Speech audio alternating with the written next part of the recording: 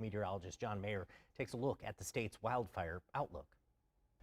Well, something that we have been discussing all winter long has been that incredibly difficult snow season. We have not seen much of it, and our snowpacks have been hurting as a result. This right here is a look at where we currently stand. That's a lot of red meaning we are way behind. And that goes for the entire state. At this point, we're looking at snowpacks that are down at the double digits, but barely, between 12 and 14% of what we would typically see by this time of the year throughout our regional basins. Now, what this ultimately means, the snowpack is hurting, but just how bad is it? Well, I want to take a closer look at that, because this right here, this black line down at the bottom of your screen, this is where our snowpack has stood all throughout the season. We have been down near the bottom of this much more colorful chart, ultimately showing where we would typically be for this time of year. This green line right here, that's average. This black line is us, and we are now in uncharted territory. We're at the 0 percentile. In other words, this is the lowest we have ever seen our snowpack around the state of Oregon.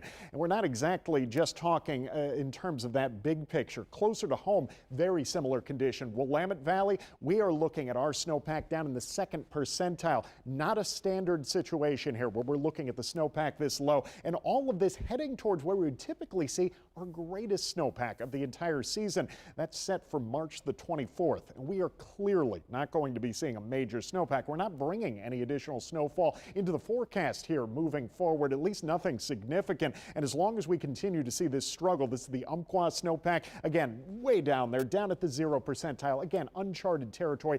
This is record low. And as we head into the wildfire season, of course, snowpack plays a big role. It's how much extra moisture we have moving forward, how much of that extra moisture can help combat our drought conditions, and what we could expect to see moving forward. Now, let's take a look at that. Where is our current drought condition? Well, we're not looking very good. Right now, we are looking at more of those issues with moderate drought spreading throughout much of our region here in southwest Oregon. It's certainly not the worst we've seen, but it is a big departure from where we were last year. And you'll remember, 2025, actually a very light fire season. At least here west of the Cascades, we didn't have any drought to speak of. But we go back to 2024, again, not seeing anything that was all that bad, at least not on our side of the Cascades. However, 2024 was actually an incredibly impactful fire year for us. We were dealing with the Oak Ridge Lightning Complex, the Ore Fire, the Chalk Fire, Coffee Pot, the Diamond Complex. We had a lot of major fires here in our backyard, in spite of the fact that the drought monitor was looking good to go. But I do want to give you a better outlook for where we are moving forward, because this is the lowest our snowpack has been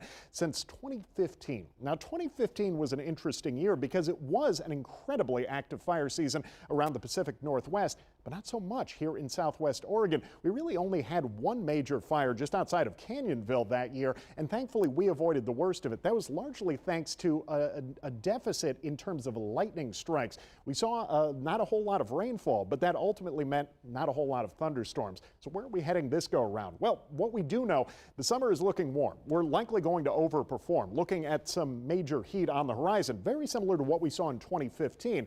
And at the same time, we're not looking at anything significant when it comes to wet weather potential. We're looking at a pretty big dry pocket likely developing around the Pacific Northwest, though we're going to be relatively typical for this time of year. What does this ultimately mean? Well, if we manage to dodge the thunderstorms like we did back in 2015, if we don't see as many of those lightning strikes, this huge deficit in terms of our snowpack may not turn into a major issue. At the same time, if we stay this dry and we get any of those human-caused fires or even just a couple of stray thunderstorms, we could be in for a rough wildfire season this summer. Ultimately, the snowpack is not the whole story, but it does set us up here moving forward. And this is something we'll be following closely as we head deeper into wildfire season.